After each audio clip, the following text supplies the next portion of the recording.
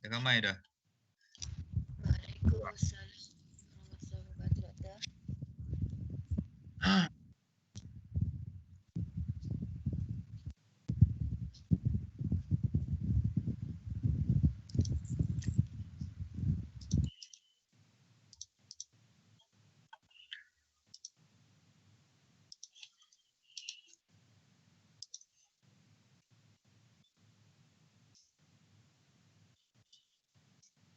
Okay, dalam bahagian chat tu saya ada sharekan satu link untuk attendance.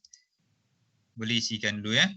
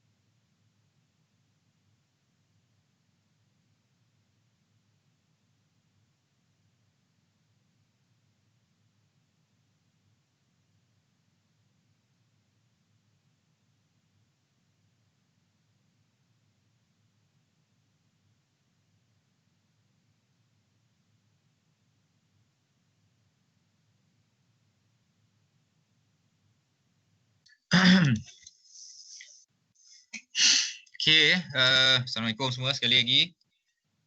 Bagi yang baru masuk, kita mulakanlah pertemuan kita secara online hari ini dengan membaca Ummul Kitab Al-Fatihah.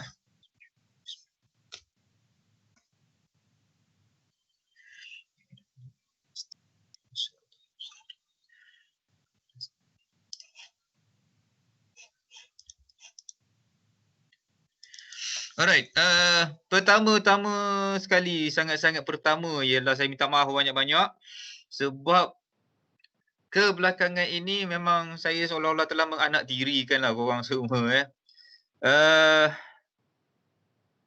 saya punya sebabnya ialah bermula daripada, mungkin saya tak beritahu lagi kepada awak semua dan juga mungkin awak pun tak dimaklumkan lah bermula daripada 3 bulan 8 baru ni, awal bulan ni saya telah dilantik untuk memegang jawatan Timbalan Rektor Akademik.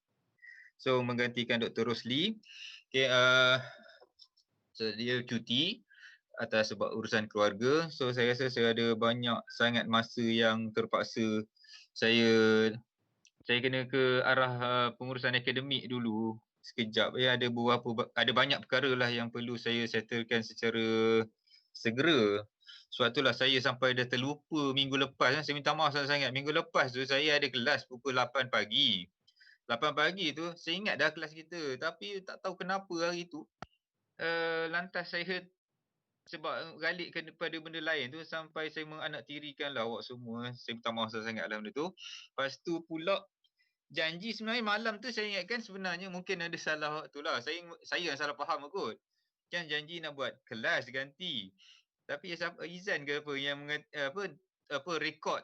So saya ingatkan permintaan tu suruh saya buat record lecture. Bukannya kita berjumpa secara online. So saya minta maaf, mungkin saya salah faham. Mungkin ada yang menunggu nak buat kelas malam ke apa. Cuma kita saya rasa dalam 2 minggu lah dalam 2 minggu kita tak berjumpa. Bukan saya tak ingat ke awak ingat. Cuma tak tahulah waktu ni pun macam ni pun tadi baru habis meeting. Sepatutnya ada bengkel yang lain tapi saya tak join lah bengkel tu sebab saya mengenangkan awak semua ni. Right, so saya minta maaf banyak-banyak. Ada pelajar yang bertanya saya beberapa perkara pun saya ingat saya tak dapat jawab lagi kot. Saya minta maaf sangat-sangat lah berkenaan dengan benda tu. Tapi insyaAllah kita akan cuba go through semula. Alright, itu yang pertama. So yang kedua ialah berkaitan dengan pembentangan untuk business pitching. Okay, so saya rasa bahawa kalau kita nak tunggu satu masa, ni dengar semua Okay.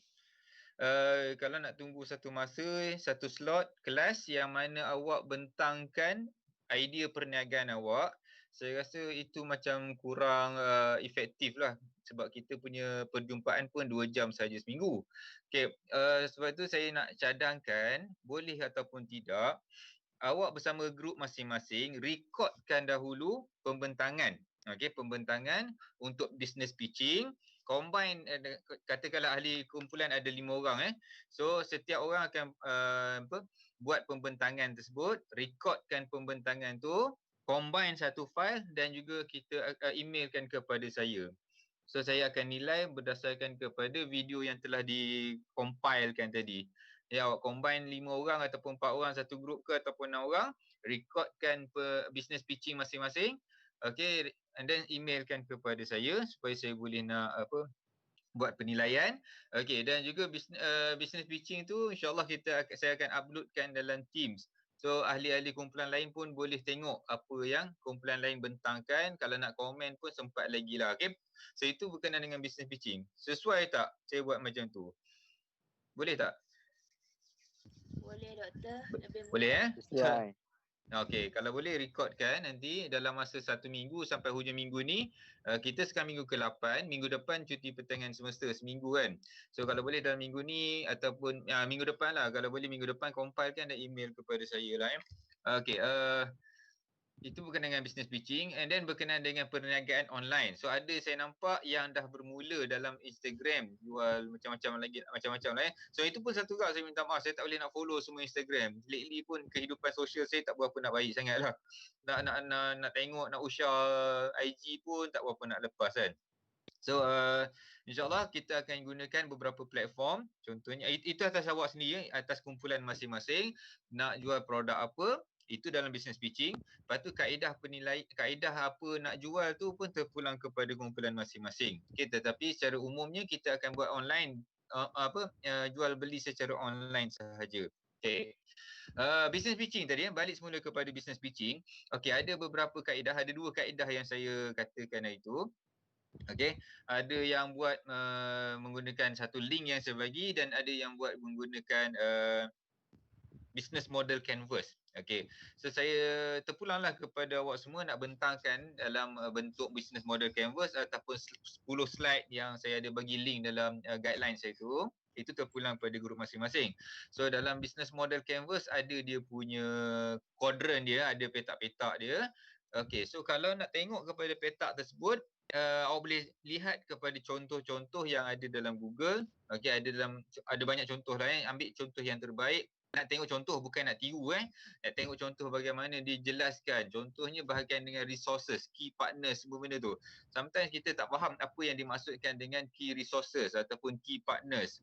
So boleh refer kepada contoh-contoh business model canvas yang lain yang ada dalam Google tu.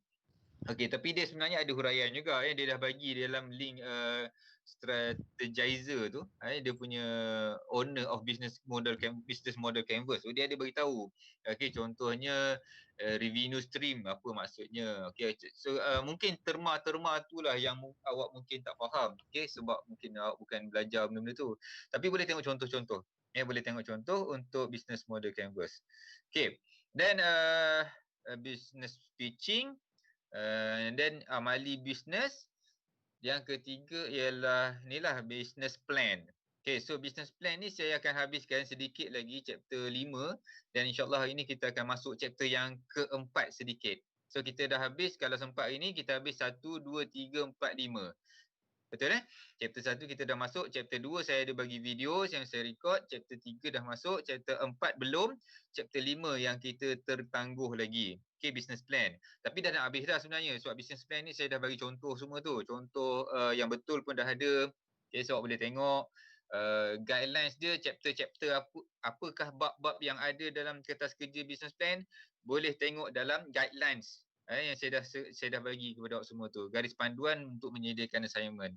Alright. Okay, awak ni tak ada ujian kemajuan. Okay, itu yang dimaklumkan kepada saya. Cuma final exam tu saya tak dapat lagi makluman daripada Unisham macam mana. Saya akan dapatkan nanti, insyaAllah.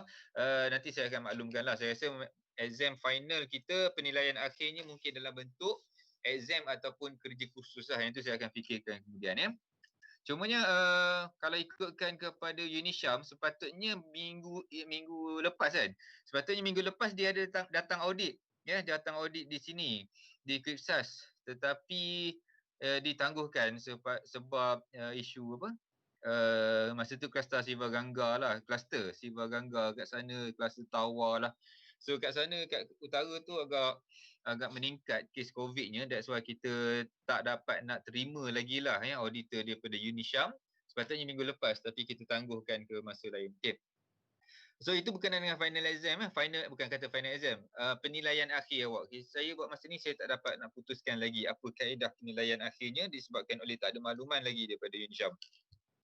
Okay. Apa benda dia nak tanya dulu? Daripada apa-apa yang cerita tadi, ada apa-apa yang nak tanya? Persilakan.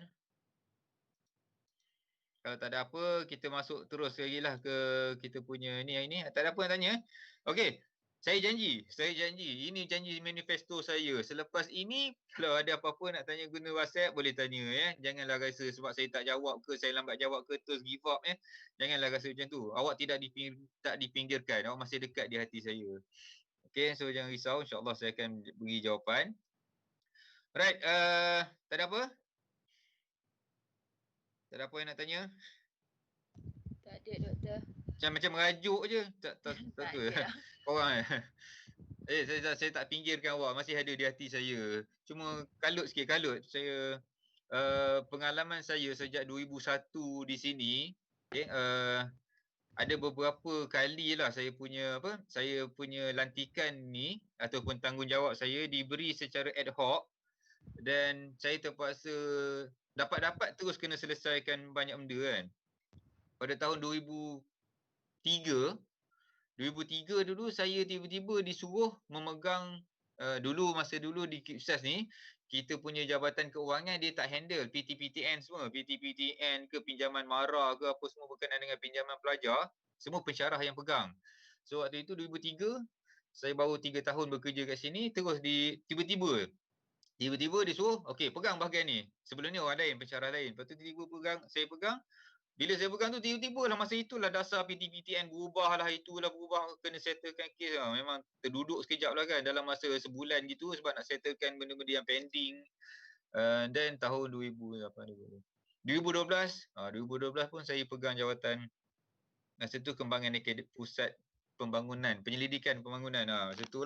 Masa itulah 2012 lah yang saya arrangekan kerja-kerja dengan MOU dengan Unisham yang kita bawa pelajar degree Unisham bawa ke sini semua tu, yang tu saya uruskan. Itu pun tiba-tiba tu berdatang terus banyak. Saya pegang, lepas tu terus datang banyak kan. Tak ada tu langsung. So samalah juga dengan ini. Tiba-tiba datang 3 bulan 8 effective date. So saya rebut. Tu yang terpaksa tertinggalkan korang semua sekejap. Tapi jangan rasa kecil hati. Okay. Saya masih lagi mengingati. Okay. Awak semualah. Right. Okay, so hari ni kita akan tengok kepada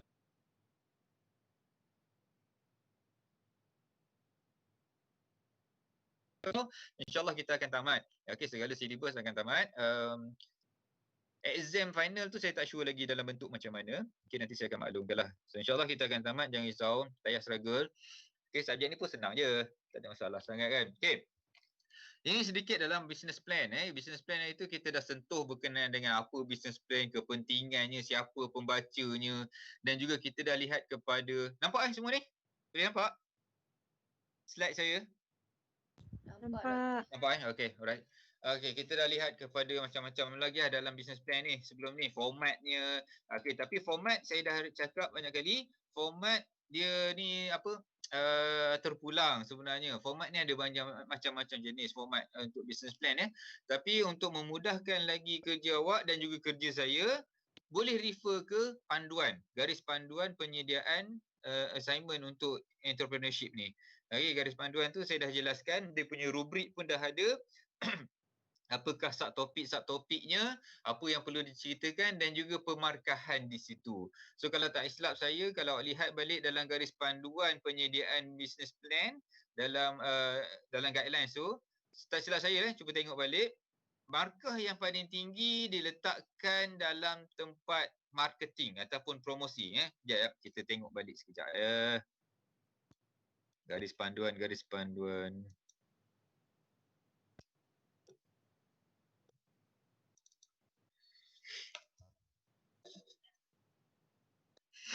Okey, subjek lain macam mana final exam? Dah ada keputusan ke belum?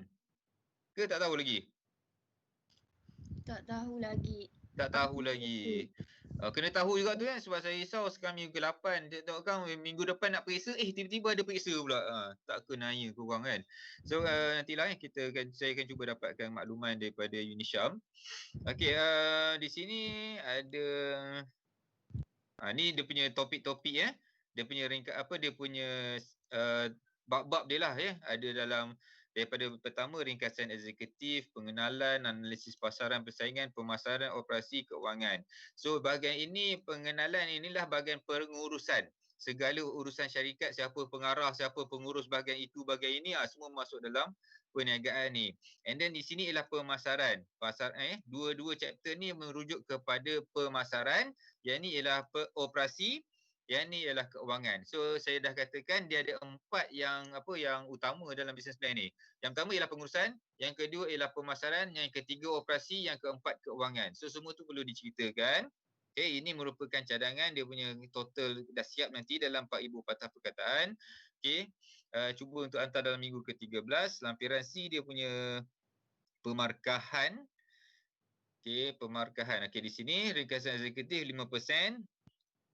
Latar belakang 10%. Tengok bahagian ni ada 10%. Di sini buatlah betul-betul. Yang besar sekali di sini strategi pemasaran 40%.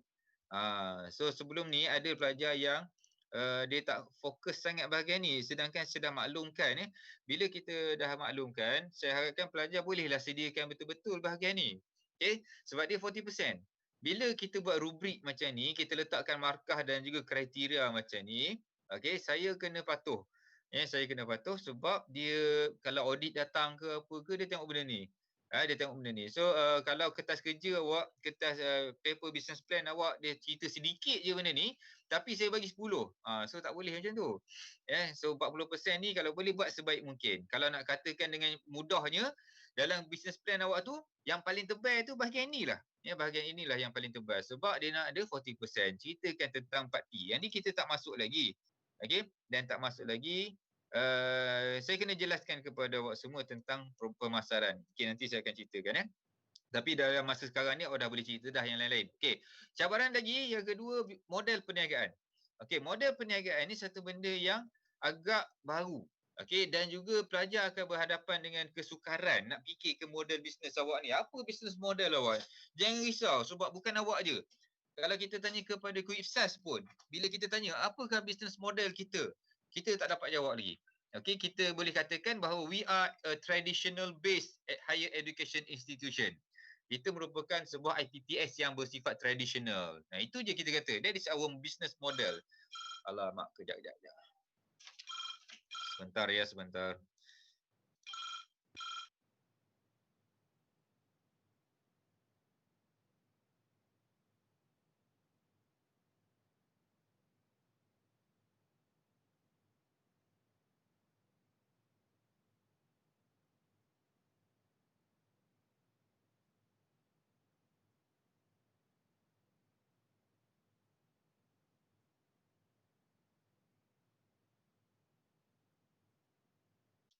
Okey, sambung balik. Sekejap. Okey, nampak semua model perniagaan. Untuk bisnes awak ni, zaman sekarang ni, bila zaman sekarang ni kita berada dalam keadaan PKP-nya, dan kita nampak kebangkitan satu bentuk ekonomi yang baru. Kita panggil gig economy, GIG. Okey, so satu keadaan pada sekarang ni kita dapat lihat banyak bisnes adalah berdasarkan ataupun berasaskan kepada teknologi. Berasaskan kepada teknologi mobile, berasaskan kepada teknologi satellite. Itulah yang ada pada Uber, Grab, MySim, and then kita gunakan lagi dalam Foodpanda, Grab Food, macam-macam lagi. So ini merupakan business model. Business model. Cuma kita nak translatekan benda itu dalam bentuk kata-kata, yang itu yang payah. So chapter ini ataupun bahagian ini, 4 ni, model perniagaan ini merupakan satu bahagian yang saya rasa pelajar akan rasa confused. Nak jawab apa? Nak tulis apa? So awak kena huraikan apakah business model awak. Maksudnya di sini, apakah kaedah awak punya perjalanan perniagaan ni? Operasi awak ni macam mana gunakan internet base ataupun traditional base. Kalau gunakan internet base, apa? Katakanlah awak gunakan Instagram as a medium, sebagai satu medium utama untuk awak menjual produk. So that is one of the business model. Okay. Apa lagi contoh business model yang baru? Okey, yang biasalah yang di refer dalam kebanyakan cerita-cerita bisnes ni ialah Uber tadi, Uber, Grab, Maxim, semua inilah yang menggunakan teknologi apps ni. So itu merupakan benda yang biasa untuk business model. Okey. Multi level marketing. Kalau ingat multi level marketing, MLM, itu sebenarnya walaupun tidak beretika tetapi itu merupakan satu benda yang dikatakan business model. Business model. Macam-macam lagi lah business model yang awak boleh refer, dah boleh tengok, boleh fikirkan sendiri dululah. So itu business model. So di sini adalah markah besar 40%, and then operasi kewangan. Kewangan ni ada 3 perkara saya nak tunjukkan, saya nak tekankan ada 3 report yang awak boleh produce. Yang pertama ialah penyata pendapatan, yang kedua kunci kira-kira, dan yang ketiga penyata aliran tunai. So ketiga-tiga penyata ni boleh buat secara sendiri, janji logik, melalui satu file yang saya rasa saya dah kongsikan kot. Saya belum kongsikan? Saya rasa belum kot. Saya akan kongsikan file tersebut dan juga satu video cara macam mana nak buat keuangan tu. Penyata keuangan. Mudah je. Sebab dia dah ada template, kita just masuk-masukkan je. Saya akan sharekan benda tu. So di sini bahagian ni saya tak ada lagi saya tak jelaskan lagi lah tentang pemasaran ya. Nanti saya akan ambil masa untuk jelaskan. Alright, balik semula kepada chapter tadi. So kita dalam chapter yang kelima, masih lagi di dalam business plan. Okay, yang ni kita dah lihat garis panduan ni, saya rasa kita dah masuk dulu. Okay, dah masuk tak? Belum? Kita dah habis?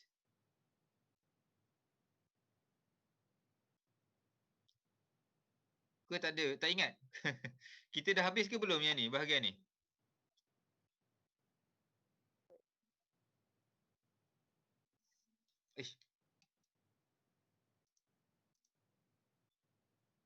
Saya ada cakap. Ada doktor. Ada. Ingatkan saya cakap seorang-seorang. Aduh, hai. Tak tahu. Saya ingatkan saya cakap seorang-seorang ataupun saya tak on mic saya. Okey. Tak. Yang ni kita dah masuk ke? Belum lagi rasanya. Belum lagi So kita last kali itu adalah berkenaan dengan cara format business plan Alright. Ini masalah dengan online learning ni, online class ni.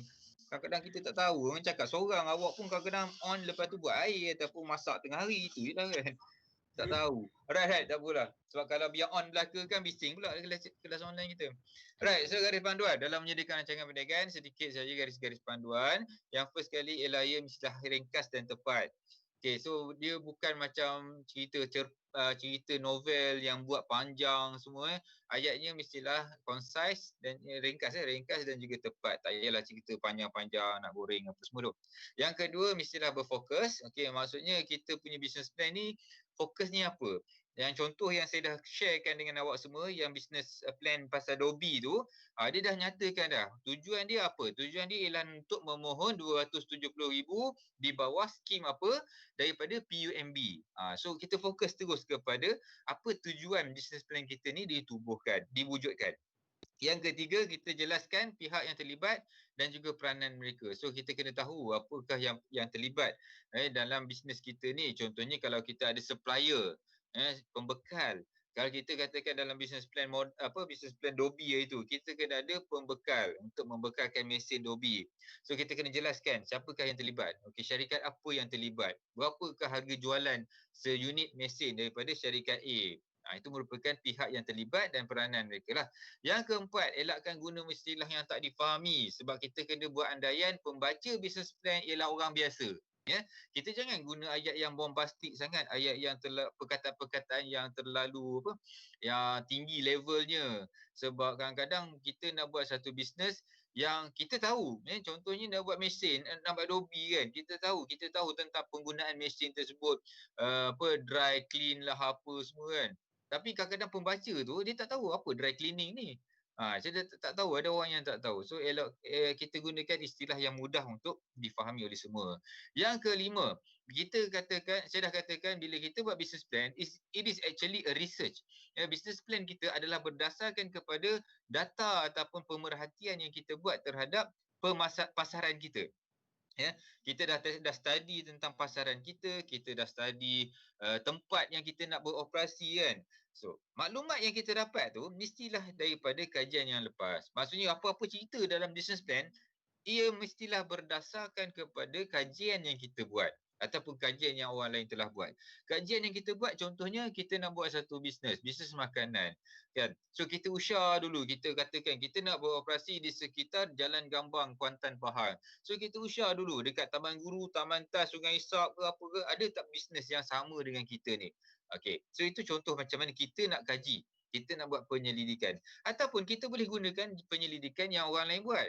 Mungkin kita boleh dapatkan data daripada Majlis Perbandaran Kuantan. Berapa banyakkah syarikat yang buat produk ini, yang jual produk ini di sekitar Kuantan. So mungkin kita boleh dapatkan daripada MPK ataupun daripada SSM.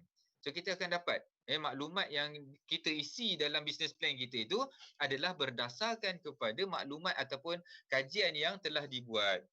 Itu maksudnya. Tapi jangan risaulah, dalam assignment awak ni tak perlulah awak buat sampai level ni.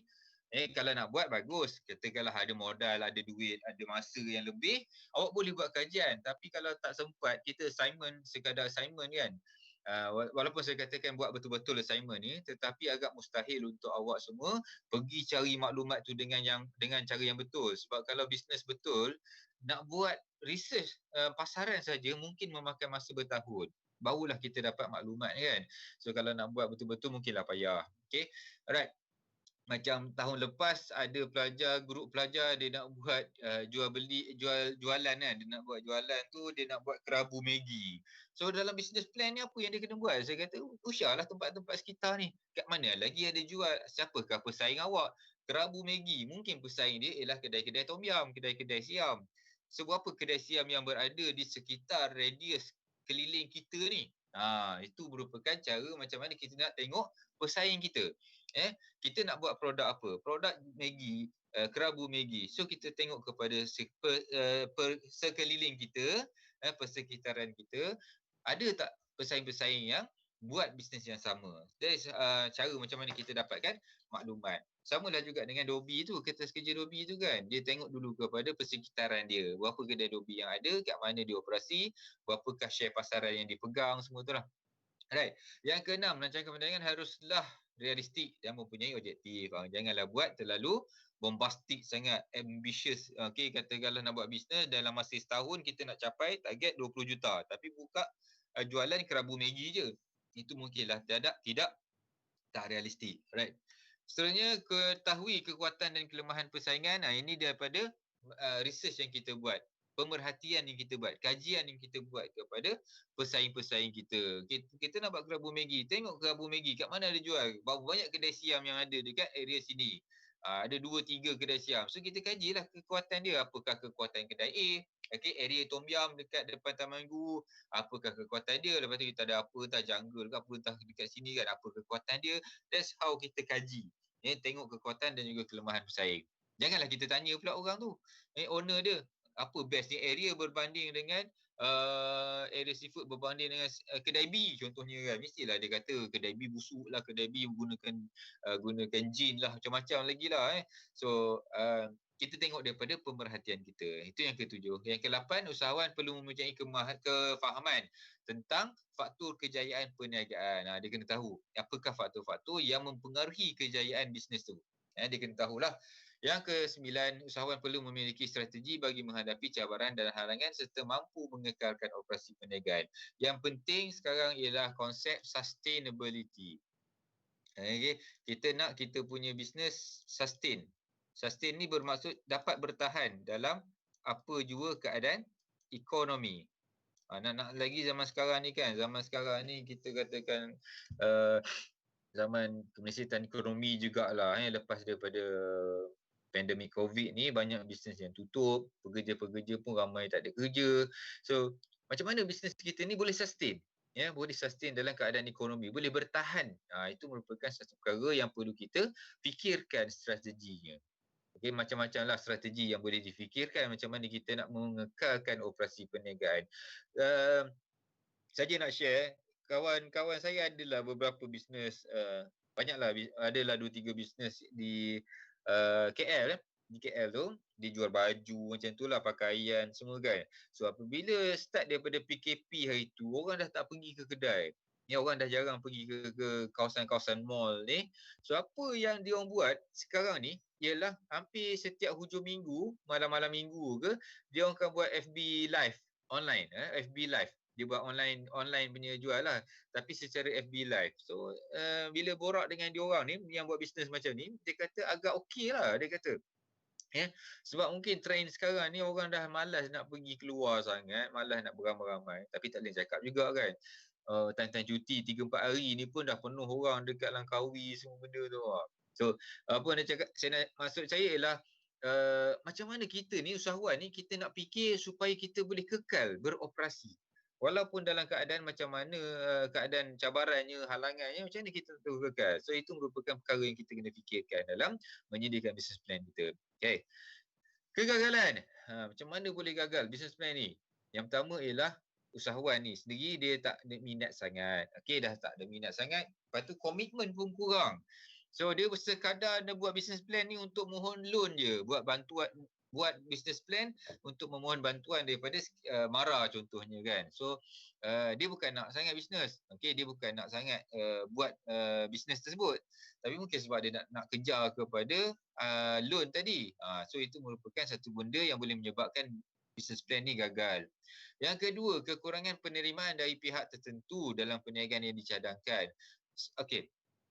Kita ni ada macam-macam bisnes. Kita ada macam-macam bisnes, idea kita macam-macam kan. Tapi bila kita nak mohon daripada bantuan daripada bank ke ataupun daripada agensi kerajaan, contohnya MARA ke, PUMB ke apa kan. Kita nak mohon.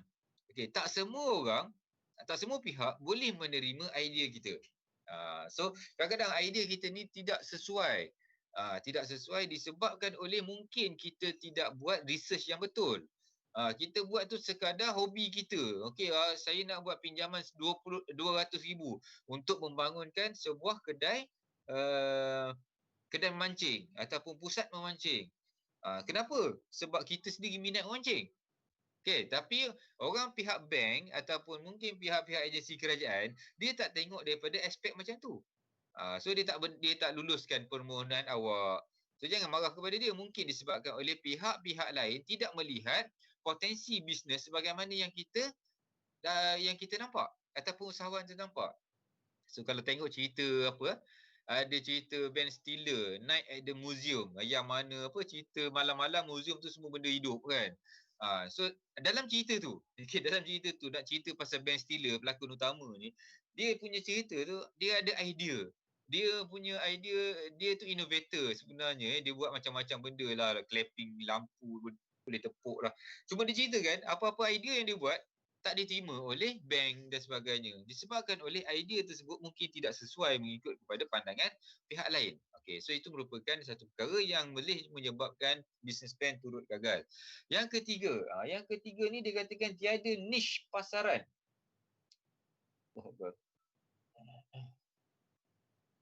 Sekejap ya, saya ada panggilan, orang panggil. Kejap ya, kejap ya, kejap ya.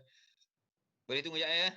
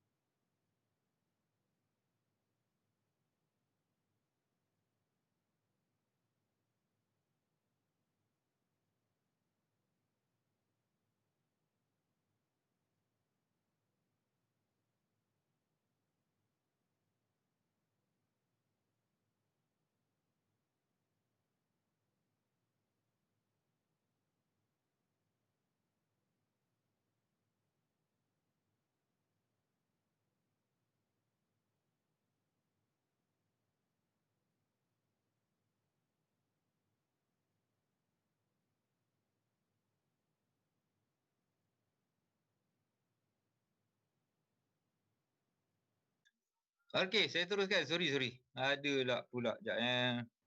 Minta maaf sangat. Gitulah dunia. Okey. Yang ketiga tadi, kegagalan business plan. Dengar semua eh? Boleh dengar? Dengar doktor. Dengar, okey. Okey, yang ketiga ialah tiada niche pasaran ataupun pasaran bagi produk yang ingin ditawarkan. Okey. Konsep of niche, konsep niche pasaran. Ini satu benda yang penting yang boleh kita yang awak semua tahulah ya. Okey, lawan kepada niche pasaran ataupun market niche ialah mass market. Mass market ni macam ni. Mass market ialah kita keluarkan satu produk yang memang semua orang pakai satu dunia. That is mass market. Okay, mass market lah. So produk yang contohnya pakaian, ini merupakan mass market. Semua orang akan beli. Okay. Niche market ialah pasaran yang betul-betul tertumpu, yang fokus, yang khusus. Okay, so niche pasaran ni ialah satu kaedah macam mana kita nak memasarkan produk kita tetapi kita kurang ke resource. Saya rasa macam dah sebut dah cerita dah benda ni pada awak semua. Ke kita dah habis sebab ni? Habis dah doktor. Dah habis kan? Aduh, tak cakap. Sesulang balik semua benda, ya Allah. Okey, tak apalah. Ni pasaran. Okey, maksudnya market yang fokus. Yang keempat, kekurangan penilaian sebab kita tak menilai betul-betul kita punya pasaran tadi, kemahiran. Okey, saya go through dengan cepatlah ya. Aduh, ya awak ni pun tak bagi tahu. Cakaplah, cakap. Senanglah saya cakap seorang, lepas tu benda yang dah sebut lah, dah cerita. Okey. Okey, so kalau tu tak ada benda lah, dah habis bab 5. Aduh. Okey, saya teruskan hari ni dengan bab, saya balik semula bab yang keempat. Bab yang keempat ni kita tak masuk lagi, saya rasa. Ke dah masuk juga? Sudah ke belum? Belum. Okey, bab keempat belum. Sudah? Belum, bab 3 dah. Belum kan? Bab 4 belum doktor. Belum faham. Aduh. Sorry. Aduh. Okey, tak apa. Kita cuba masuk bab yang keempat dulu ya. So dah habis. Yang tu tujuan saya awalkan bab 5 hari tu disebabkan oleh bab 5 tu ialah assignment awak. That's why saya cuba masuk awal bab 5. Okey, tapi saya dah habis 1, 2, 3, 5. Lepas tu kita balik ke 4 ya. So bab 4 ni sedikit saja kita melihat kepada peluang dan juga idea perniagaan. Kita nak lihat macam mana kita boleh dapatkan idea-idea untuk kita memulakan perniagaan. Okey. So tak semua perniagaan bermula disebabkan oleh minat. Kan? Kadang-kadang kita tengok orang yang buka bisnes bukan disebabkan oleh dia minat untuk berniaga ataupun bukan dia minat dengan benda tu, tetapi disebabkan oleh faktor-faktor lain. Contohnya ialah galakan kerajaan. Kerajaan menggalakkan pembangunan ataupun perkembangan dalam industri delivery. Zaman sekarang ni start daripada PKP hari tu, ramai dah orang start dengan bisnes delivery ni. Okay, dan sekarang ni kita dapat lihat delivery ni ataupun ialah benda-benda berkaitan dengan logistik ni, dia bukan sahaja dari aspek makanan. Okey, pos laju. Post laju pun dah tak larat nak pegang semua bisnes ni. So apa yang berlaku, adanya third party, ada JNT. Sekarang ni pun JNT telah meningkat naik. Okay. Dan kalau tengok dalam Facebook tu ataupun dalam website, ada banyak lagi sebenarnya syarikat kurier ni dibangunkan ataupun dah mula berkembang. Kalau dulu Skynet tu antara yang dah lama juga sebenarnya, tapi tak berapa tak ramai yang nak guna. Okay, Skynet ada, lepas tu kita ada GDEX, banyak lagi kan. Tapi bila dengan adanya perkembangan dalam online business ni, kerajaan menggalakkan lebih banyak lagi syarikat-syarikat kurier ni berkembang. So, itu satu kaedah, satu contoh macam mana ia menimbulkan idea. Okay, idea untuk bisnes kita. Sebab sekarang ni kita dapat lihat JNT. JNT dah mula berkembang. Okey, sebab mudahnya JNT ni dia bukan macam pos laju. Pos laju ada juga, tapi kalau dia punya konsep gunakan apps kan, dia guna apps saja ataupun guna Facebook je. Kalau kita nak post barang, okey, kita tak perlu isi borang dah. Ya, kalau kita ada telefon, kita just copy alamat penerima, kita jual barang contohnya. Kita jual barang kepada A. So A ni dia bagilah nama, alamat, nombor telefon. So kita just copy alamat tu masuk dalam dia punya sistem dalam Messenger Facebook tu, dia terus generate barcode. So kita datang ke pusat JNT, kita boleh tunjuk barcode dan benda tu cepat dia. Dia akan pergi dengan mudah. Bukan pergi mati, maksudnya dia proses tu berjalan dengan lancar, dengan mudah. So itu satu benda yang mungkin idea baru. Okey, ada lagi perkara baru. Mungkin awak pernah dengar ada kurier baru, LEL Express ada, LEL Express. Itu pun satu syarikat baru juga. Apa ke nama? Adalah satu kurier servis yang baru. Tapi cara dia, okey, ini business model dia. Dia tak ada kedai macam dia tak ada outlet macam JNT, macam pos laju. Okey, tapi dia bertindak macam ejen. So dia boleh pasang dia, okey, syarikat tu kalau siapa kita nak hantar barang, dia akan ambil. Lepas tu dia pakai macam ejen lah. Macam dia ada rider dia. Dia macam orang bagi delivery, COD bawa motor, ada yang bawa kereta. Itu satu kaedah business model yang dah baru. Dia jadi ejen kepada syarikat kurier ni. So syarikat kurier ni dia tak perlu dah nak cari pekerja untuk hantar macam postman ni. So dia just ambil, okey, ni orang ataupun ni ialah kita punya ejen. So bagi barang tu kat ejen lah yang hantar barang-barang. So sekarang ni pun dah ada. Kadang-kadang saya pun dapat rumah, isteri saya beli barang, yang orang datang tu bukan pakai baju postman tu. Okey, bukan macam JNT, ada van JNT tu. Tapi dia pakai kereta biasa. Dia horn rumah kita pun kita takut. Tahu orang minta sedekah ke apa kan, ataupun orang jahat ke apa. Rupanya courier service. Dia gunakan ejen. Dan ejen ni terdiri daripada orang-orang biasa yang berdaftar jadi ejen. So orang tu tak perlulah pakai baju yang seragam, tak perlulah ada motor yang ada cop pos Malaysia ataupun van JNT, tak ada. Dia pakai kereta dia sendiri. So itu merupakan satu contoh idea perniagaan yang wujud hasil daripada galakan kerajaan. So dalam chapter ini kita lihat kepada macam mana kita boleh dapat idea-idea ni. Alright. So definisi peluang dan idea perniagaan. Yang ni saya tak share lagi ke dah share dah? Notes je. Nanti saya sharekan lah. Kalau belum saya sharekan nanti. Okay, peluang atau idea perniagaan merupakan konsep perniagaan yang menyumbang kepada keuntungan sekiranya ia mampu diterjemahkan ke dalam produk ataupun perkhidmatan yang nyata. Maksudnya di sini bila kita sebut tentang idea dan juga peluang perniagaan, ia merupakan konsep. Ya, macam awak nak buat business pitching ni lah. Ia merupakan konsep dulu, konsep bisnes yang awak nak mulakan. Okay, dalam semester ini. Tetapi ia tak dapat untung lagi sebab ia dalam bentuk konsep. Selagi mana ia belum diterjemahkan, maksudnya kita tak buat betul-betul produk dan juga servis yang nyata, yang real ni tadi. So, idea just idea. Business pitching yang assignment awak ni ialah idea sebenarnya. Dia sekadar idea, dia tak memberikan kita keuntungan selagi mana ia tidak diterjemahkan kepada produk. Peluang juga didefinisikan sebagai potensi untuk membentuk satu yang baru. Okey, apa yang kita boleh buat? Satu business model yang baru. Ya, disebabkan oleh berlakunya perubahan dalam pengetahuan, teknologi, semua benda ni berubah. Pengetahuan manusia sentiasa update. Sekarang ini orang dah semua boleh gunakan handphone. Macam-macam penggunaan handphone yang kita boleh gunakan. Okey. Oh, satu lagi benda business model yang baru. Business model baru yang tadi saya katakan Uber, Grab, Maxim semua tu. And then kita ada Food Panda, Grab Food. Macam-macam lagi lah yang COD makanan. Satu lagi yang baru yang saya lupa dan juga popular sekarang ini, okay, even brand dia antara brand yang terkemuka, antara yang terpopular lah di dunia sekarang ni, iaitu Netflix. Dengar kan? Tahu kan Netflix? Tahu tak? Tahu. Ada ni tak? Ada follow, ada subscribe Netflix ke tidak?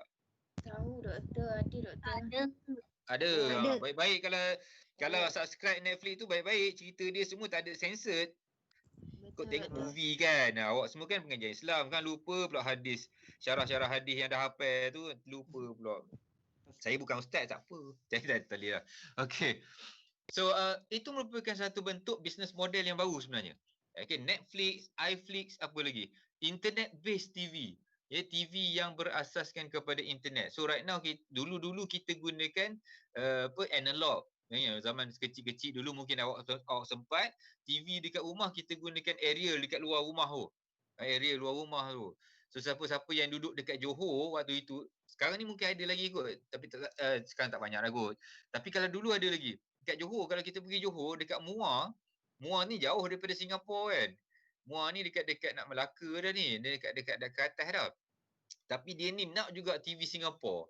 So dia punya kat rumah Johor dekat Muar ni, rumah-rumah dia punya antena TV bapak tingginya macam pokok kelapa. So atas rumah dia naikkan aerial tinggi. Saya rasa adalah dekat 5 meter ada tinggi ke atas. Untuk aerial dia dia orang akan halakan ke Singapura, ke belah selatan lah. Okey. Untuk dapat TV Singapura, dan nak kuat lagi dia letak tudung periuk. So dia macam seolah-olah parabola lah. Kan parabola punya macam satellite, macam Astro punya ni dish kan, satellite dish dia. Dia letak tudung periuk. Itu zaman dulu. So itu zaman tu TV signalnya analog. And then kita ada dah kabel TV. So kabel TV yang pertama ialah Mega TV. Mega TV ni somewhere dalam 90s lah, dalam pertengahan tahun 90-an.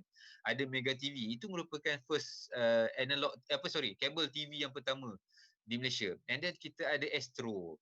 Okay, Astro lah yang dapat bertahan sampai sekarang. Dulu Mega TV saya sempat di rumah saya dulu, dia ada 5 channel je. Okay, 5 channel selain daripada TV 1, 2, 3. Masa tu tak ada TV 7, tak ada lagi, TV 9 tak ada lagi. So TV 1, 2, 3, lepas tu siapa ada Mega TV dia tambahlah 5 channel lagi. Tapi sekejap lah Mega TV dah tutup. Bila Astro ada, Astro lagi macam-macam benda lah, dia ada lagi banyak lah. So itu ialah cable TV. So right now kita ada internet based TV. Ada Netflix, iFlix, macam-macam lagi lah, macam-macam lagi, dan juga penggunaan Android box. So sekarang ni kebanyakan TV kita adalah based on internet, talian internet. So that is one of the business model yang baru lagi lah. So mungkin satu hari nanti awak boleh satu bisnes ialah cuba untuk buat satu internet based TV yang Islamik. Contoh lah, awak lah, orang lah. So, ni balik semula kepada ni. Peluang juga dia definisikan potensi untuk membentuk satu yang baru, sama ada disebabkan oleh pembangunan dalam pengetahuan kita. Pengetahuan manusia ni dah berkembang, semakin lama semakin berkembang. Dan teknologi pun berkembang, keadaan ekonomi yang berubah, politik berubah. Zaman sekarang ni pula macam-macam kisah politik kan. Azmin Ali melompat daripada satu ke sini, semualah macam-macam benda lagi. Semua ini memberi kesan kepada bisnes sebenarnya, politik.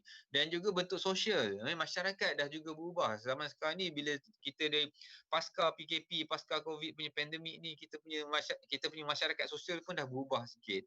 Yang dia tidak macam dulu, dah ada banyak norma-norma baru. Dan juga demografi. So demografi ni ialah kita punya maklumat kendiri kita, maklumat manusia ni. Umur kita, jantina kita, apa lagi, tahap perkahwinan, tahap pekerjaan, tahap pendapatan, semua itu merupakan faktor-faktor demografi. Dan juga faktor demografi sebenarnya berubah. Banyak yang dah berubah. Sebagai contoh, kalau kita tengok dekat kampung, dekat kampung-kampung, contoh kampung saya dekat Pekan, Kampung Gancong namanya. Lepas tu dah sekarang ni kalau Gancong ni dia nak berkembang payah. Dia susah nak berkembang disebabkan oleh ramai golongan muda telah berhijrah kerja di luar, kerja kat bandar. Orang muda-muda tak suka kerja kat kampung. So apa yang berlaku ialah pembangunan di kampung tersebut terbatas. Nak harapkan orang-orang tua untuk membangunkan kampung-kampung memang payah lah kan. Sebab itulah ekonomi di kampung-kampung memang dia susah nak berkembang. Orang muda-muda berhijrah ke bandar. So itu merupakan faktor demografi sebenarnya. Ya, faktor demografi. Penduduk di sebuah kawasan dah kurang golongan muda. Ramai orang tua-tua. Bila ramai orang tua-tua, nak berkembang payah. Tapi masjid kena hidup. Contohnya. Sebab orang tua-tua ni baru dia kesedaran dia nak pergi ke masjid ni. Muda-muda tak nak. Tu contoh. Bukan zaman sekarang ni ramai. Dan nak lagi kita kisah ada geng-geng syariah, UNISHAP, semuanya alim-alim. Alright, so itu sedikit definisi. Okey, macam mana kita nak dapat idea perniagaan? So kita boleh dapatkan idea daripada dua sumber. Yang pertama ialah sumber primer dan juga yang kedua ialah sumber sekunder. So primer ia merupakan sumber utama, sumber pertama yang primary. Yang kedua sekunder. Sekunder ni ialah sumber idea yang kita dapat daripada orang lain. Macam tu kita tengok. So peluang dan idea boleh dapati daripada sumber primer dan sekunder. Sumber-sumber ini akan menyediakan bentuk maklumat yang diperlukan. Right. So, apakah sumber primer? Ini merupakan 4 contoh macam mana yang dikatakan sumber primer untuk dapat idea perniagaan. First kali ialah kita boleh dapatkan daripada pemerhatian kita sendiri. Pemerhatian. Kita tengok, kita observe di sekeliling kita, di kawasan kita tinggal, kat kampung kita contohnya, apa yang kurang? Apa yang tak ada? Apa yang orang-orang kampung kita ni nak yang tak cukup lagi? So itu merupakan pemerhatian. Daripada pemerhatian kita, kita dapat buat kesimpulan, orang kampung kita ni nakkan sebuah kedai runcit. So itu satu idea untuk kita memulakan bisnes peruncitan. Ataupun orang kampung kita ni, orang tua-tua kat kampung kita ni sekarang ni, orang tua-tua ni dia nak kerja ladang ke, dia tak ada dah. Dia orang ni lebih kepada nak memenuhi dia punya santapan rohani. So kita boleh buat bisnes kelas tahsin Quran dekat kampung kita kan. So itu melalui pemerhatian. Yang kedua ialah melalui eksperimen. So idea tu datang daripada eksperimen yang kita jalankan. So ada macam-macam lah jenis eksperimen ni. Contohnya, saya pernah tengok itu satu contoh eksperimen yang dibuat oleh sebuah syarikat yang mengeluarkan alat permainan kanak-kanak. So apa yang syarikat ni buat ialah dia buat eksperimen. Dia panggil sekumpulan budak-budak kecil daripada umur 3 hingga 6 tahun tak silap saya. Dia letakkan dalam satu bilik, dia biarkan budak-budak ni bermain dengan macam-macam mainan yang ada dalam bilik tu, termasuklah satu mainan yang dia baru nak develop, baru nak bangunkan kan. So dia tengoklah budak-budak ni, dia orang suka ke tidak idea bisnes dia, idea permainan ni tadi. Dia tengok budak pilih lah daripada permainan sedia ada dengan permainan yang baru ni. So dia tengok, dia buat eksperimen macam tu. Itu pun boleh mendatangkan idea kepada peniaga ni. Yang ketiga ialah melalui temu bual. Kita bercakap dengan orang, kita berbincang ataupun kita tanya pegawai-pegawai di contohnya Jabatan Pertanian. Macam mana cara sekarang, apa bisnes yang bisnes pertanian yang kita boleh ceburi. So itu merupakan satu sumber primer untuk kita dapatkan idea perniagaan. So kita interview orang tu. Dan yang keempat ialah tinjauan, Tusha. Dia lebih kurang sama. Tinjauan dengan pemerhatian ni lebih kurang sama. Okay. So itu merupakan sumber-sumber primer untuk kita mula mendapatkan idea perniagaan. Okay, next kita pergi ke sumber-sumber sekunder pula. Ni ada dia punya cerita-cerita dia, temu bual dan juga tinjauan. So tinjauan ni satu lagi survey melalui kita buat borang soal selidik. Itu pun termasuk dalam tinjauan. Pemerhatian kita sekadar memerhati. Okey, tapi kalau tinjauan kita boleh buat pemerhatian, di samping itu kita juga edarkan soal selidik. Okey, so itu merupakan bentuk tinjauan. Itu merupakan 4 jenis idea sumber primer untuk kita mendapatkan idea bisnes. Yang kedua ialah sumber sekunder. Okey, yang kedua ialah sumber sekunder.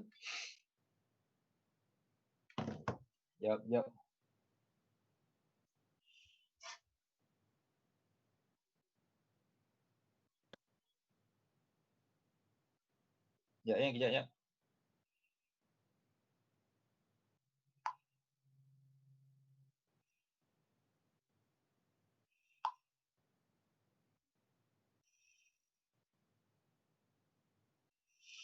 Okey, sambung. Okey, yang kedua ialah sumber sekunder. So sumber sekunder ni dia berbeza dengan sumber primer. Sumber sekunder ialah sumber yang kita boleh dapat hasil daripada research ataupun pemerhatian orang lain. Tadi sumber primer ni kita yang dapatkan idea tu daripada pemerhatian, daripada tinjauan, survey ke apa semua kan. Yang sumber primer pula ialah kita dapatkan idea daripada apa yang orang lain buat. Daripada apa yang orang lain buat. Contohnya di sini apa ada contoh tak? Okey, contohnya ialah bila kita memerhatikan ataupun bila kita membaca report laporan yang disediakan oleh sektor-sektor tertentu ataupun contohnya kerajaan. Okey, kerajaan menyediakan laporan tentang contohnya lah kita ada plan PP apa nama? Plan pendidikan lah. Saya tak ingat dah nama penuh dia apa. Tapi adalah 5 tahun, jangka masa 5 tahun kerajaan mengeluarkan blueprint, ya, blueprint untuk pendidikan.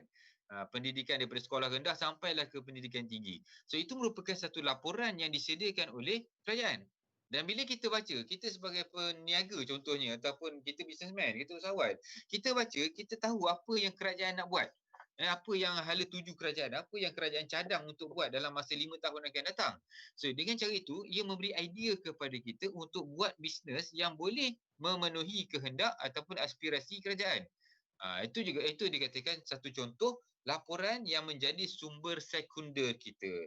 Lagi apa lagi yang kita boleh dapat sumber sekunder? Contohnya ialah dari badan-badan kerajaan juga. Contohnya ialah Jabatan Statistik Negara. Jabatan Statistik Negara sebenarnya dia orang ni buat macam-macam research, macam-macam survey, macam-macam tinjauan dia orang buat. Cuma kita sebagai usahawan mungkin kurang pergi dapatkan maklumat daripada dia orang. Contoh yang paling mudah saya bagi tahu tadi, okey, katakanlah kita nak tengok ke corak penduduk di sebuah kawasan, katakanlah kawasan Kuantan. Kita sebenarnya boleh dapatkan data daripada Jabatan Statistik Negara sebab di situlah ada banci. Okey, kita tengok keadaan di daerah Kuantan. So kita dapat lihat kalau kita betul dapat daripada Jabatan Statistik Negara, kita dapat lihat berapa golongan mudanya, berapa golongan orang tua, golongan kanak-kanak, belia macam tu. Kita dapat gambaran. Okey, rupanya penduduk Kuantan sebanyak 300,000 orang, 50% adalah daripada golongan muda dan juga remaja. Contoh So itu data yang kita boleh dapat untuk kita terbitkan idea bisnes. Dapatkan idea untuk perniagaan kita. Kita tengok pula lagi apa yang Jabatan Statistik Negara katakan. Okey, daripada 300,000 penduduk Kuantan, 50% golongan muda. Daripada golongan muda ni pula dalam 40% adalah masyarakat Melayu, 30% Chinese, Indian 10%, dia ada macam-macam lagi, Bangladesh ke Indonesia ke apa semua ada. Semua masuk tu. Okey, lepas tu daripada 300,000 penduduk di Kuantan, kuasa beli dia macam mana? Berapa tahap pendapatan average untuk penduduk Kuantan? Semua tu ada sebenarnya. Data-data tersebut ada disediakan oleh Jabatan Statistik Negara. So bila kita sebagai usahawan, kita pergi Jabatan Statistik Negara, dapatkan data tersebut. Okey, kita dapat buat jangkaan. Oh, orang Pahang ni, orang Kuantan, dia punya kuasa membeli macam mana? Okay, so that's why kita dapat tentukan apa produk yang sesuai. Kita nak jual apa? Harga macam mana? So berdasarkan kepada data-data tersebut. Kalau awak perasan, sesiapa yang ada orang Terengganu kat sini, sesiapa yang ada dari Terengganu, daripada Kertih, even ke Maman tu sendiri. Kalau awak pergi ke sana, awak akan dapat ada? Oh. Orang Terengganu ada? Ada. Ada, okey. Ada. Tak ada? Ada. Ada. Okey, sorry. Ada orang Terengganu. Aduh. Orang Terengganu ni menurut rakan-rakan saya lah. Dia ada ramai yang kerja kat Kertih, Paka, Kemaman. Okey. Kalau nak pergi kat sana, nak makan nasi tengah hari pun, harganya akan jadi lebih mahal berbanding dengan Kuantan. Dikatakanlah, saya tak sure betul ke tidak. Sebab saya makan itu mahal lah juga. Okey. Kenapa? Kenapa dia lebih mahal? So menurut kepada rakan-rakan yang kerja kat sana, dia mengatakan harga makan di Kertih tu utama sekali mahal disebabkan di sana ada ramai expatriate. Expatriate ni ialah pekerja yang dari luar negara. Yang Petronas kan. Okey, yang gaji besar-besar. Sebab dia ada banyak kilang-kilang penapisan minyak. So orang-orang engineer ni gaji besar-besar lah ke? Kan? So bila gaji besar-besar, takkanlah nak letak nasi campur harga RM4, RM5. Dia letaklah nasi campur harga RM9, RM10. Biar apa ambil ikan dengan sayur je. Itu merupakan bagaimana peletakan harga. Dia letakkan harga based on masyarakat setempat. So itu faktor demografi. Ya, faktor demografi. So faktor demografi ni kalau kita dapat sebagai usahawan, kita dapat faktor demografi tu memang sedap. Okey, data-data berkenaan dengan demografi memang sedap sebab kita boleh buat jangkaan apa yang sesuai untuk geng-geng diorang ni. Kita dapat tahu, rupanya dekat Pekan ni ramai orang tua rupanya. Ramai orang yang lebih pencen duduk dekat Pekan, daerah Pekan. So apa benda yang kita boleh buat? So kita boleh buat bisnes, contohnya ialah tasing solat, tasing ngaji. Lagi apa lagi? Kita boleh buat travel agency, melawat bumi ambiak contohnya. Sebab orang-orang pencen ni duit banyak. Kan, duit banyak, kerja tak ada apa, anak pun kerja kat KL apa. So dia sementara dia orang tak ada benda buat ni, baik kita ajak dia orang pergi buat lawatan ziarah ke tanah suci, pergi Palestin semua benda. So itu merupakan macam mana cara dia nak capture, nak tangkap market dia. Itu yang orang geng-geng travel agency ni kalau dekat area sini dia orang selalu pergi ke Taman Guru ni. Ya, Taman Guru ni disebabkan oleh Taman Guru ni, saya dah duduk Taman Guru dari tahun 85. Tu memang arwah ayah saya memang rumah kat situ, Taman Guru dekat Gipsahid. So di situ pada tahun 80-an, 90-an orang yang bekerja tu ramai di kalangan kaki tangan kerajaan. Sampailah dia orang pencen dah sekarang ni. Anak-anak pun ramai dah keluar daripada Kuantan, duduk kerja KL semua kan. Saya je lah antara yang masih kekal duduk di Kuantan, duduk pula dekat kerja dengan rumah. Okey. Apa yang berlaku ialah geng-geng orang yang suka travel ni, dia akan tackle orang-orang pencen macam ni lah. So orang pencen ni okey buat plan. Hujung tahun ni geng Makcik Kiah ni akan pergi melawat ke Sabah. So mak saya pun ikut jugalah contohnya. So, itu merupakan bagaimana data. Okey, data yang sedia ada tentang demografi contohnya, tentang masyarakat setempat tu digunakan untuk idea perniagaan. Okey. So apa sumber sekunder? Data-data sedia ada. Okey, data sedia ada. Mesti dah ditulis kat sini. Bila sebut sekunder, ya dia mestilah yang sedia ada. Sedia ada ni maksudnya orang lain dah buat sebelum ni. Kita ambil daripada apa yang orang lain buat. Kalau macam primer tadi, tak ada lagi data tu. Kita yang mula-mula buat. Itu maksud primer. So sekunder ni data dah ada, kita ambil untuk kita punya idea bisnes kita. So data ni kenalah data yang boleh dipercayai. So antara data yang boleh dipercayai ni ialah dari laporan-laporan daripada agensi yang boleh dipercayai. Janganlah kita ambil dia blog ataupun dari Malaysia Kini contohnya kan. So janganlah ambil data daripada tu. Kita ambil data daripada laporan tahunan, ya, syarikat, laporan daripada kerajaan. So itu yang kita boleh dapat. And then, kita juga boleh dapatkan dari rujukan-rujukan. Rujukan-rujukan ni boleh dapati daripada pustakaan, library, internet, macam-macam lagi lah. Ada paid database. Contohnya kalau awak nak dapatkan, ya, contohnya, nak dapatkan senarai syarikat yang beroperasi. Syarikat yang, awak nak dapatkan data ataupun senarai syarikat tekstil, kain, ya, di sekitar Kuantan dan Pekan. Okay, so awak boleh pergi ke Suruhanjaya Syarikat Malaysia SSM, ofisnya dekat Indrama Kota, ya. Pergi dekat sana, boleh dapatkan senarai tersebut tetapi kena bayar. Itu dia katakan perkhidmatan pengkalan data berbayar. So dia ada sediakan macam-macam maklumat lah. Ada lagi lah macam-macam contoh maklumat yang boleh didapati daripada agensi-agensi yang buat research ni. Kalau dekat KL, ada sepupu saya, isteri dia memang bekerja sebagai researcher, bukan di universiti awam. Dia ni jadi penyelidik bukan untuk universiti, tapi lebih kepada penyelidik sosial, ya. Syarikat dia menyelidik tentang masyarakat, demografi. So bila dia orang dapat maklumat tu, dia jual data tersebut kepada syarikat-syarikat yang nak. Okay, contohnya dia orang dapat tahu, dia orang buat survey dekat Shah Alam. Okay, kat Shah Alam berapa persen menyokong PAS, berapa persen menyokong UMNO, berapa persen menyokong Perikatan Nasional, apa semua benda lah. So itu cara. Dia collect data, dia buat interview, okay, dia dapatkan sumber primer, dia jadi sumber primer, okay, data tersebut jadi data primer kalau dia guna. Tapi sekarang ni dia jual kepada orang lain. So syarikat lain yang beli tu dia katakan menggunakan data sekunder. So itu merupakan contoh, ya.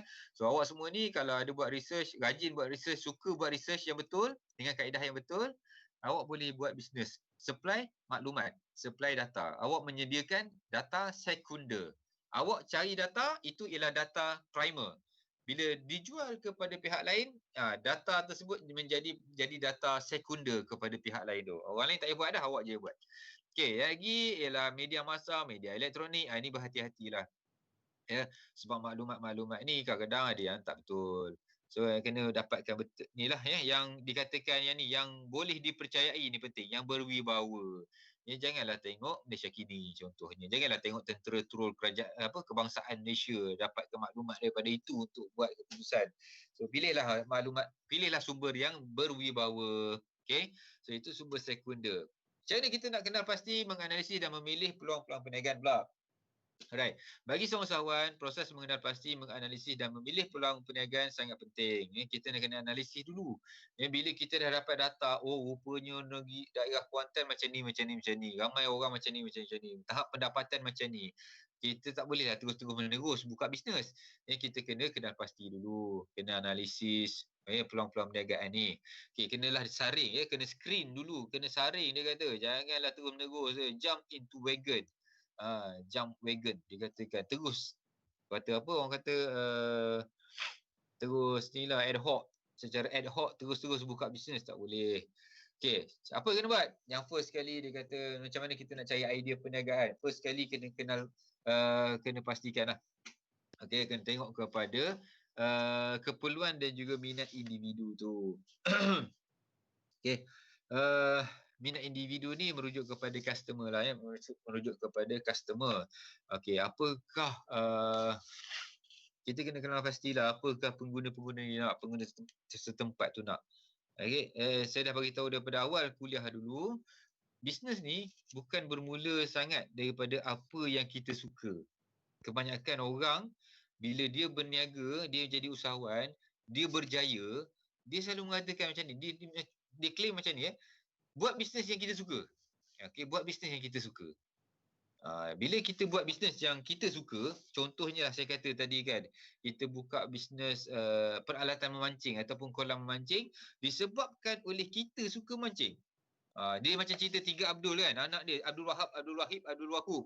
Abdul Wahab tu dia buka kedai berniaga burung sebab dia suka dengan burung. Abdul Wahid dia buka kedai ukiran. Abdul Wahub buka kedai muzik sebab dia masing-masing suka. Okey, itu yang ramai orang kata. Okey, tetapi sebenarnya kalau ikut proses yang betul, amalan yang betul, kita buka bisnes disebabkan oleh there is a need. Okey, there is a demand. Ada orang yang minta produk kita ni. Ada yang nak. Jangan kita buka bisnes dekat kampung awak, buka kedai golf sebab awak seorang minat main golf kan. Bukalah kedai-kedai peralatan golf. Confirm tak ada orang sebab awak seorang je minat main golf. Kampung awak semua orang minat menyabit. Dia tak minat main golf contohnya. So itu merupakan langkah yang pertama. So kita kena sensitif kepada apa yang pengguna nak. Itulah hasilnya datang idea untuk peluang perniagaan. Okay, so awak kena tahu first kali what are the needs dan juga wants. Minat, keperluan dan juga kehendak. Ya, dia ada dua. Needs, ini keperluan. Yang kedua ialah wants. Ini kena tahu. Ya. Apakah keperluan, apakah kehendak masyarakat setempat yang awak beroperasi tu. Yang kedua, yang kedua kita analisis masalah kehidupan. So apakah sebenarnya ada masalah dalam kehidupan orang-orang dekat situ. Macam manakah, apa yang tak lengkap, apa yang tak cukup dalam kehidupan masyarakat di tempat awak nak beroperasi. So itu merupakan langkah yang kedua. Kena tengok apa yang tak lengkap. Dia orang ni ada keperluan, ada masalah. Ada keperluan, ada kehendak. Rupanya ada masalah pula. Okey. Keperluan ada, kehendak ada. Masalahnya apa? Oi, mahal sangat barang ni. Contohnya lah masyarakat setempat. Masyarakat setempat ni nak sangat kepada contohnya lah nak sangat kepada satu produk apa contoh yang tak ada dekat Kuantan, yang ada dekat tempat lain. Contohnya lah kita nak sangat produk makanan lah, contohnya lah kita bagi contoh lah kita nak sangat lah contoh nasi kak wok. Dekat KL naik betul cerita nasi kak wok ni, sikit nasi kak wok.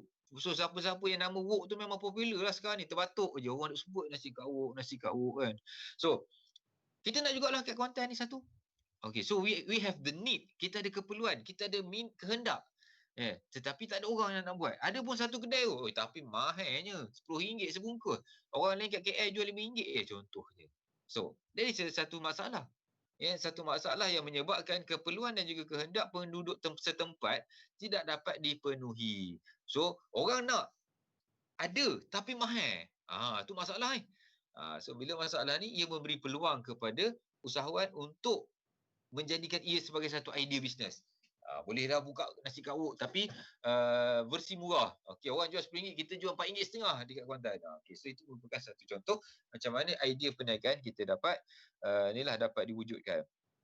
Okey, dan kita tengok kepada mempelbagaikan. Okey, caranya mempelbagaikan kegunaan barangan. Okey. So di sini barang-barang yang kita nak keluarkan tu ataupun yang diingini oleh masyarakat ni hendaklah dipelbagaikan. Okay, kita membanyakkanlah mempelbagaikan kegunaan bisnes perniagaan tersebut. So dengan cara itu kita akan dapat melebarkan lagi keperluan dan juga kehendak masyarakat tadi. Okay, maksudnya bukan sekadar kita nak jual makanan nasi kawuk tu je, kita jual nasi benda lain juga.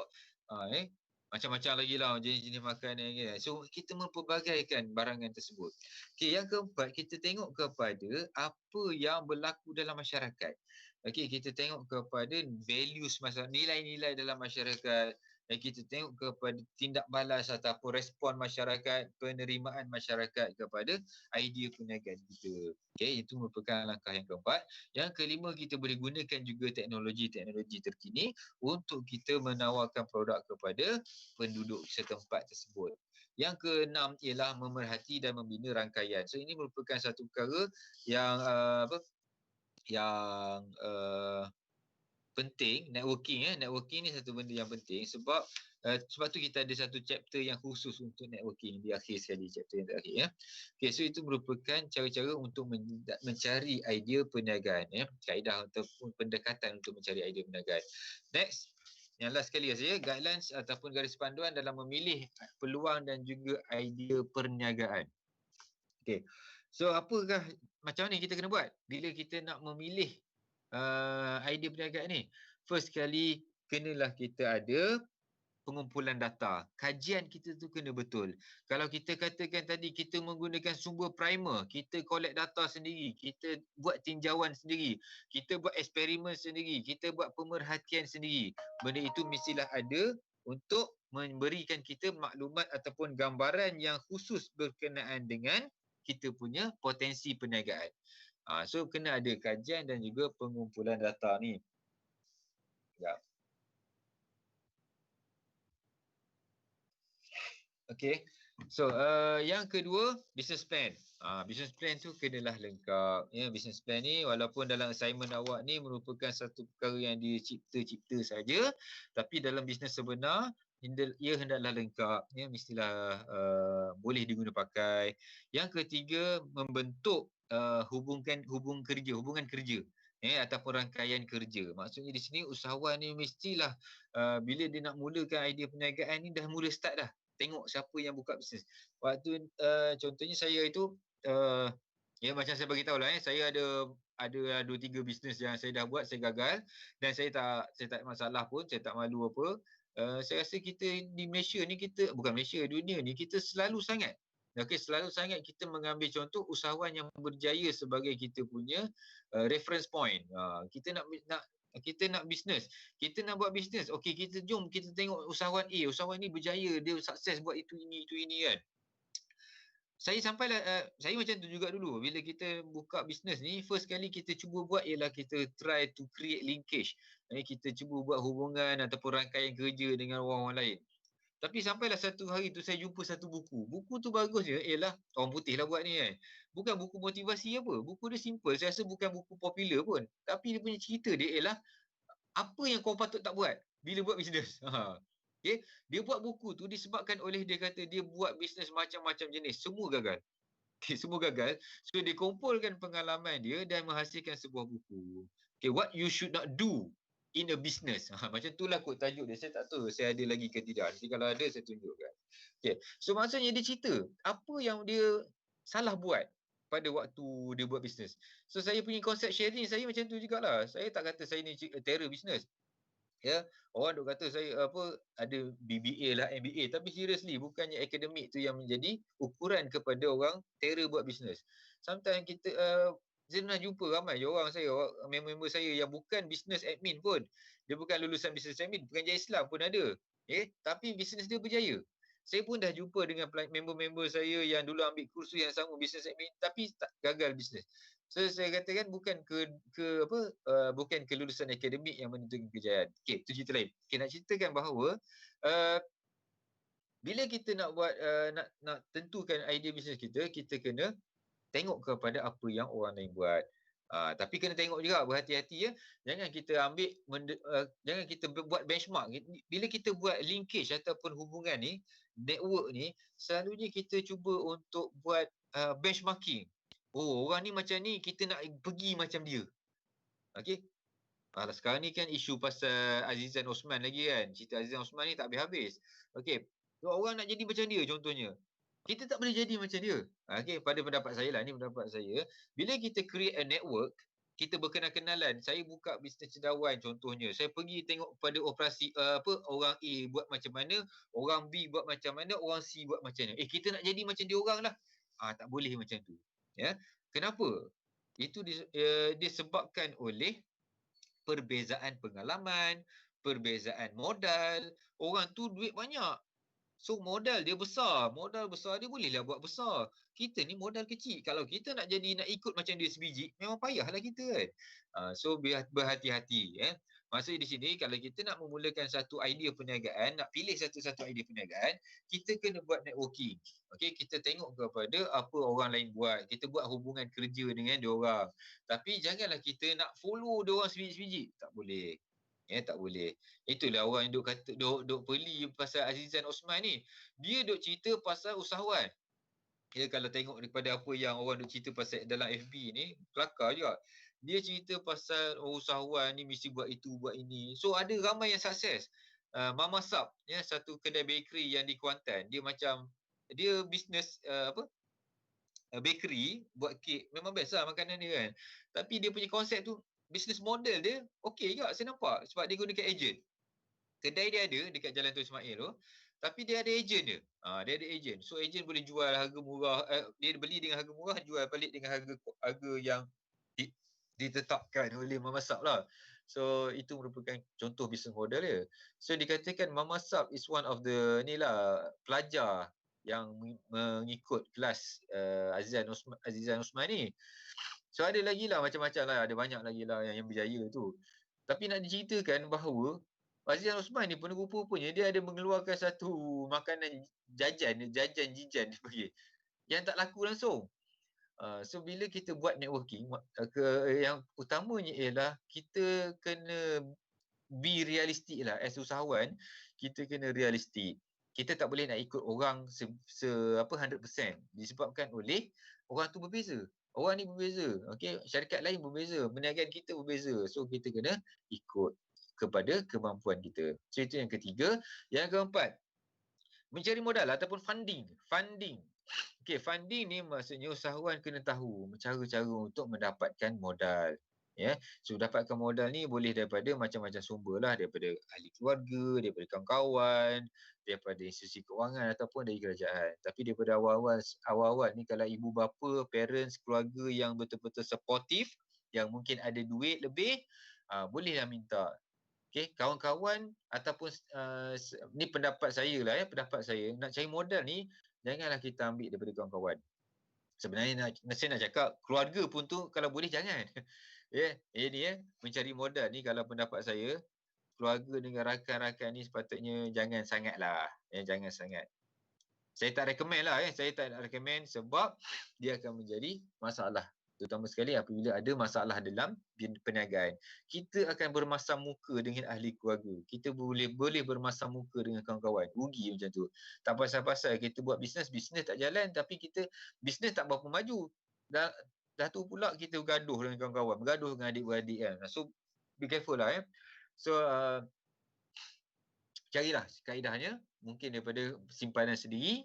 Okey. Itu cara yang okey lah, simpan lah sendiri untuk buat bisnes modal, untuk expand, kembangkan bisnes awak. So rugi pun awak seorang-seorang je, tak adalah melibatkan orang lain. Dan pinjam daripada institusi kewangan, ya, sebagaimana yang saya maklumkan, agensi kerajaan pun banyak, dia menawarkan macam-macam bantuan, so kita boleh apply di situ. Okay, cuma nak tak nak kita kena ada pengalaman. Biasanya government punya skim ataupun bantuan-bantuan ni dia memerlukan usahawan untuk beroperasi sekurang-kurangnya dah 6 bulan. Kena ada pengalaman lalu buat bisnes ya.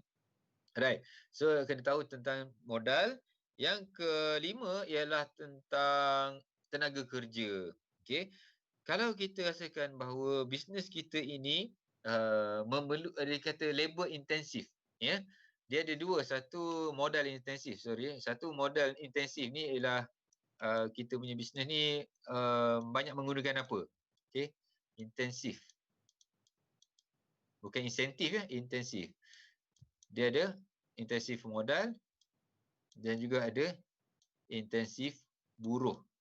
Okey, so ada bisnes yang memerlukan intensif modal. Modal ni ialah teknologi. Okey, teknologi. Contohnya sekarang ni, siapa orang Kedah, ada mak ayah ada kawasan sawah padi. Okey, kita tak gunakan dah tenaga manusia sangat. Sekarang ni untuk membanting padi zaman dulu, kalau kita tengok buku-buku zaman dulu, proses nak buat beras ni mula daripada menuai padi, membanting, menampi padi sampailah padi beras jadi beras. Itu dulu. So zaman sekarang ni kita dah tidak melibatkan buruh sangat. Kita gunakan teknologi ataupun modal. Maksudnya kita beli mesin. Mesin ni lah yang akan tuai, nak proses sampailah dia jadi beras pun dah gunakan mesin. Okay. Tetapi ada bisnes yang intensif buruh. Ya, buruh. Contohnya ialah perkhidmatan. Awak buka kedai gunting rambut. Mesti kena guna pekerja. Kita tak boleh gunakan mesin robot ke untuk gunting rambut orang. Kita nak buka kedai makan contohnya. Tapi kedai makan pun dah banyak lebih kepada intensif modal. Contohnya, McDonald dekat Sungai Isap kan. McDonald Sungai Isap ni dia tak banyak gunakan kaunter. Dia dah gunakan teknologi, ada TV besar, ada skrin tu yang kita boleh pilih sendiri, kita boleh bayar terus dan kita tunggu je. Tapi dekat kitchen dia orang, dapur dia orang masih menggunakan tenaga pekerja. Okay. So ada bisnes yang intensif buruh, ada bisnes yang berintensifkan modal. Okay, ada yang buruh, ada yang modal. So kalau kita punya bisnes ni lebih kepada labor intensif yang mana berorientasikan pekerja, maka kita kenalah upah orang. Itu maksudnya kita kena upah orang. Tetapi kenalah bijaksana. Maksudnya kena tahu bila kita upah orang, ia melibatkan bayaran, melibatkan upah, melibatkan kos. So kalau kita ambil orang ramai sangat, maka ia akan memberikan kita peningkatan di dalam kos pengeluaran. Kita kena bayar gaji pekerja, kena bayar dia punya sok-sok, EPF, KWSP semua benda kan, insurans dan sebagainya. So ia menyebabkan kos meningkat dan juga harga barang pun akan jadi lebih mahal. Kita takut orang tak nak beli pula. Kita nak jual harga murah. So usahawan kena tahu macam mana nak memilih tenaga kerja. Kan? Dan yang keenam, keyakinan dan pengurusan masa yang baik. Maksudnya usahawan kena yakin, kena ada confidence. Sebab dia kena sedar. Usahawan ni kena sedar. Bila kita buat bisnes, ia akan memakan masa kita. Kita bukan buat bisnes ni macam multi-level marketing. Multi-level tu barang dah ada. Kita just produce. Ataupun kita just market. Sebab tu orang kata multi-level marketing ni bukan usahawan sebenar. Yang buat multi-level lah. Tak banyak sangat dah sekarang ni. Sekarang tak banyak sangat dah multi-level marketing. Alright. Tapi dikatakan bahawa bila kita terlibat dalam bidang usahawan, ia akan memakan banyak masa usahawan ni. So kita kena sedar bahawa mesti nak uruskan masa. Usahawan kena menguruskan masa dengan baik. Ya, sebab dia orang kena balancekan masa. Janganlah konsentrate ke bisnes je. Kadang-kadang sampai anak bini semua tak kenal dah. Ni suami aku rupanya. Sebab dah lama tak jumpa kan. So itu merupakan satu perkara yang kita kena fikirkan dalam bentuk perniagaan. Okey, habis chapter yang keempat. Okey. So saya rasa untuk hari ini saya berhenti setakat ini dulu. So untuk hari ini kita berhenti setakat ini.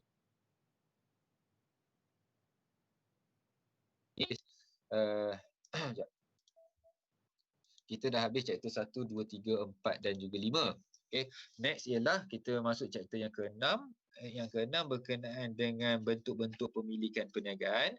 Dan juga lepas tu ada beberapa chapter tu saya dah sediakan video. Saya dah ada video. So saya cuma sharekan video tersebut kepada awak semua. Ya. Sebab itu saya kata tadi jangan risau untuk kita tak habis silibus. InsyaAllah kita akan habis silibus kita. Okay, kalau tidak bersemuka pun saya ada sediakan dah nota videonya, video-video untuk chapter yang akan datang. Okay, saya rasa setakat itu dulu untuk hari ini. So saya recap balik apa yang kita kena buat, apa yang awak semua kena buat. Yang first sekali berkenaan dengan business pitching. Business pitching ialah awak punya pembentangan ahli kumpulan berkenaan dengan idea perniagaan awak. So business pitching, tolong rekodkan setiap rakan kongsi ni, setiap ahli dalam grup ni, tolong rekodkan, compile, okey, kejap. Compile dan juga emailkan kepada saya. Kejap.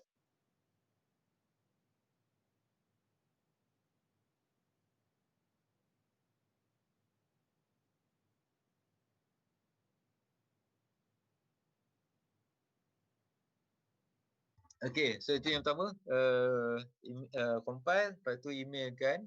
Yang kedua, bisnes tersebut, bisnes tu mestilah dibuat secara online. Saya tak tetapkan apakah dia punya platform, IG ke, Facebook ke, tu pulang kepada awak semua. Lepas tu, business plan lah, assignment business plan. Itu yang ketiga ya. So itu benda yang penilaian yang kena buat. Dalam masa terdekat ni, itulah business pitching. So boleh record, compile dan emailkan kepada saya. Nanti saya dalam WhatsAppkan saya punya email. Right. So itu saja. Ada apa-apa nak tanya, boleh berurusan dengan WhatsApp dalam WhatsApp. InsyaAllah saya jawab segera. Bukan segera. Kalau tak dapat segera pun mungkin saya akan makan masa sikit lah untuk jawab. Tapi insyaAllah saya akan jawab juga. Okay. So itu saja untuk ini. Kita jumpa minggu depan, cuti seminggu. Kita jumpa 1 minggu lagi lah. Okay. Dalam masa itu WhatsApp lah. Apa-apa ada masalah kita boleh WhatsApp je. Walaupun waktu cuti. Right. Boleh? Boleh. Okay. ada respon. Right, so itu saja. Attendance saya dah bagi link dia, tolong isikan attendance. Kita habiskan kelas pada waktu ini. Apa masalah boleh WhatsApp ke saya. Kita tangguhkan kuliah dengan tasbih kafarah dan surah Nas.